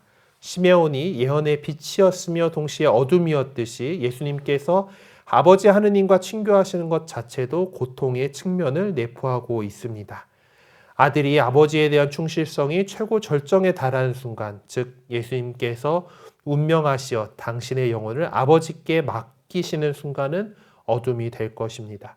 여기서 우리는 마음속에 간직해야 되는 그 의미가 너무나도 심오한 말씀을 대하고 있습니다.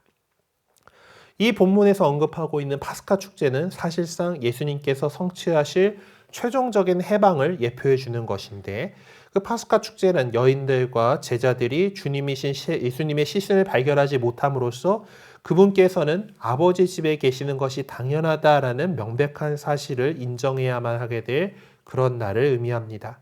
눈부시게 차려입은 남자들은 사람의 아들은 죄인들의 손에 넘겨져 십자가에 못 박히셨다가 사흘 만에 다시 살아나셔야 한다고 하신 예수님의 말씀을 여인들에게 상기시켜 주게 될 것입니다. 예수님의 지혜, 그분의 말씀, 그분의 가르침은 아버지 하느님과의 내적인 친밀성을 간직하시고 아버지 하느님께 조건 없이 순종하시는 모습 안에 담겨 있는 것입니다. 예수님의 성장에 대한 마지막 내용과 모든 일들을 마음속에 새겨두었다는 어머니 마리아의 태도에 관한 내용은 예수님을 맞아들이도록 우리 모두를 초대하고 있어요. 소년 예수님은 성장하셨습니다. 소년 예수님의 성장이 지금 단계에서는 한 인격으로서의 성장을 의미하지만 사실은 우리 모두 하느님 아드님에 대한 믿음과 지식에서 일치를 이루고 성숙한 사람이 되며 그리스도의 충만한 경지에 다다르게 될 것입니다. 라고 지적한 바오로적인 몸의 의미로서 이해해야 할 것입니다. 그러한 관점에서 모든 일을 마음속에 새겨두었다라는 그 말의 의미를 알아들어야 할 것입니다. 예수님의 어머니 마리아가 모든 일을 마음에 새겨두었다라는 것이 예수님의 지혜와 키가 자랐다는 것과 결코 무관한 것이 아니죠. 마리아는 예수님을 태중에 품고 계셨지만 이제는 마음에 품고 계시는 것입니다. 그리고 그것은 예수님의 부활과 부활에 대한 증언회로 연결되게 될 것입니다. 네, 이렇게 또 이런 관점들에서 이 앞에 이야기들을 보면은 더욱더 깊이 우리에게 다가오는 그런 내용들이 많이 있었어요.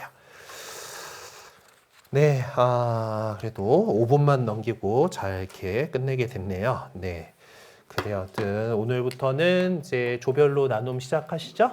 네. 조별 나눔 또 좋은 시간 잘 만들어 가시고요.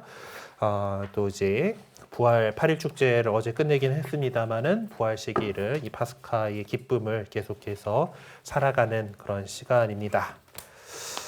이게 하필 그래서 이제 삼종기도로 우리가 마무리를 하는데 삼종기도 부활 삼종기도 맨날 외울만 하면 까먹게 된단 말이지. 그래서 일단 나도 기억이 잘 안 나기 때문에 컨닝을 합시다. 부활 3종 기도 어딨냐? 예. 부활 3종 기도로 마무리하도록 하겠습니다. 성부와 성자와 성령의 이름으로 아멘.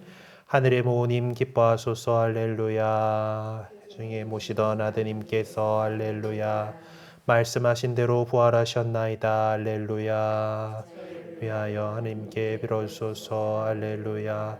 동정 마리아님 기뻐하시며 즐거워하소서 할렐루야. 주님께서 참으로 부활하셨나이다 할렐루야.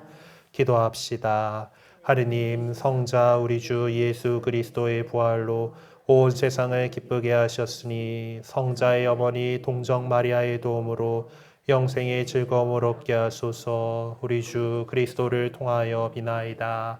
아멘. 성부와 성자와 성령의 이름으로 아멘. 네, 수고하셨습니다.